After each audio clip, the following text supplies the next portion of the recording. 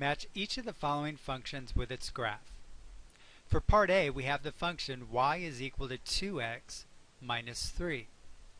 What we need to do is to recognize that y equals 2x minus 3 is a linear function, and it has the form y equals mx plus b, where the value of m is 2 and the value of b is negative 3.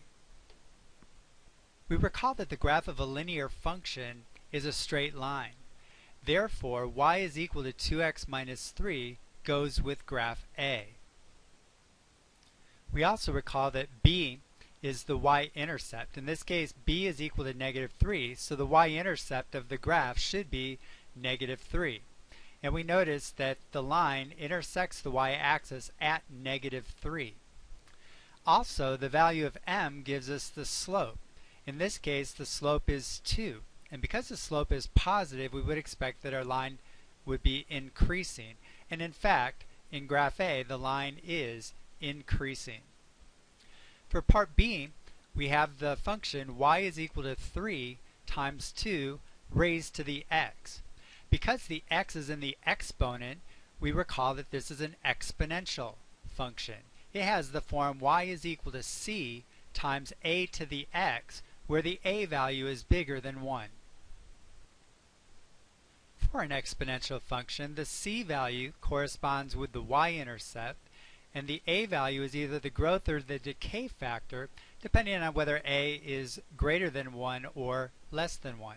In this case, our value of a is 2, which is greater than 1, and therefore we should have an exponential growth function.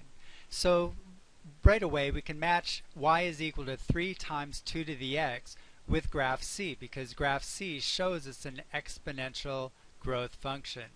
Furthermore, the value of c is 3, and 3 should correspond with the y-intercept. And we see that the y-intercept is a little bit less than 5. It's right around 3, and neither of the other two graphs has a y-intercept of 3. But by the process of elimination, we can probably figure out that the equation in part C matches with graph B, but let's think about y. What we should do is to recognize that y is equal to the factor x squared plus 1 times the factor x squared minus 4 is what's called a polynomial function. A polynomial function can be written as y is equal to a sub n x to the n plus a sub n minus 1 x to the n minus 1 plus dot dot dot plus c, where n is a positive integer. To see that the function in part C is a polynomial, we could go ahead and multiply these two factors together. X squared times x squared is x to the 4th. Multiplying the two outer terms, we get x squared times minus 4 is minus 4x squared. And then multiplying the two inner terms, we get 1 times x squared is x squared. So minus 4x squared plus x squared is minus 3x squared. And then finally, multiplying the two last terms together, we get 1 times negative 4 is negative 4. So our function can be rewritten as y is equal to x to the 4th minus 3x squared minus 4.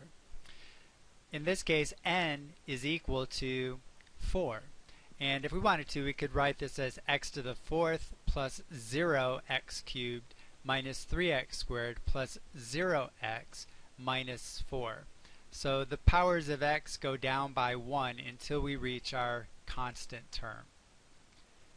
Now the graphs of polynomials are sort of like roller coasters. They have a lot of peaks and valleys, and the number of peaks and valleys corresponds with the value of n. It's at most 1 less than the value of n.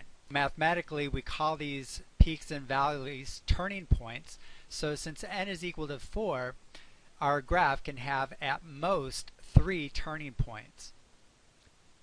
When we look at graph B, we see that first of all it's decreasing, and then it turns around and starts to increasing. So we have one turning point here, and then it's increasing and then turns around and begins to decrease, so it has another turning point, and then it's decreasing and changes to increasing, so it has a third turning point.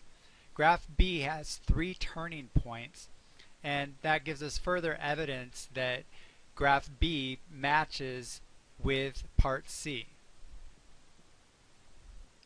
We've already completed this exercise, but I would like to point out that there are just a few other ways that you could match each of the following functions with its graph.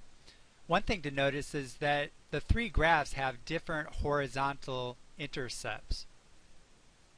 Graph A has an x-intercept at about 1.5. And notice that if we substitute 1.5 for x in the equation for part A, we would have 2 times 1.5 is 3, and 3 minus 3 is equal to 0. So that tells us that 1.5 is an x-intercept on the graph of y is equal to 2x minus 3, and we could match graph A with the equation in part A. For graph B, the x-intercepts are negative 2 and 2. And we see that if we substitute either negative 2 or 2 for each of the x's in the equation for part C, we would have the square of either negative 2 or the square of 2, which is 4. 4 minus 4 is 0, and 0 times anything is 0. So both negative 2 and 2 are zeros of the function in part C, and therefore the function in part C matches graph B.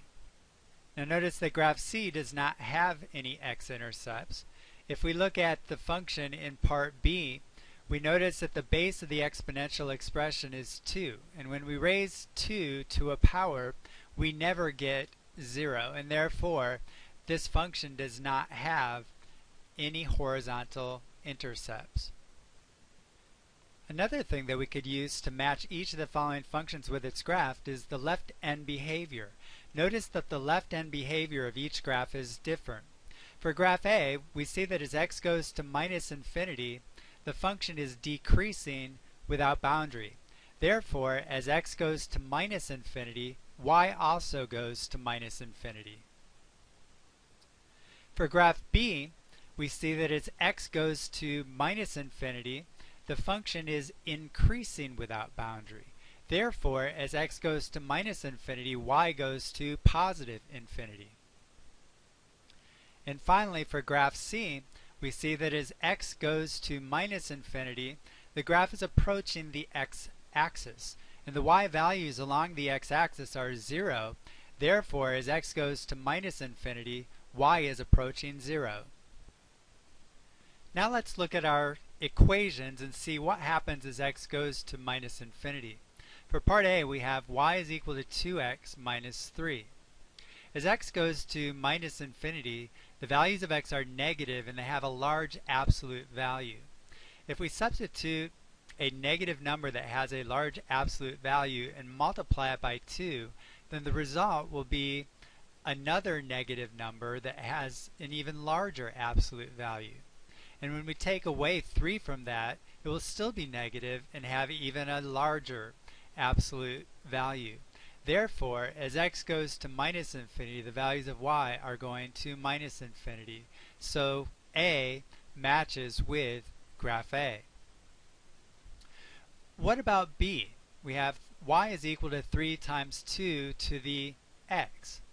Well, x is decreasing without boundaries, so we think of expressions like 2 to the negative 1, 2 to the negative 2, 2 to the negative 3. Well, 2 to the negative 1 is 1/2. 2 to the negative 2 is 1/4. 2 to the negative 3 is 1/8. The values are getting closer and closer and closer to 0. So as x goes to minus infinity, the y values are approaching 0. So the equation in part B matches graph C. Finally, for part C, if we substitute values of x that are negative and have a large absolute value, then when we square them, the values become positive and they have an even larger absolute value. So we'll end up with a positive times a positive, which is positive, and the result will have a large absolute value. So the y values will be going to infinity. As x goes to minus infinity, y goes to infinity. The equation in part C matches graph B.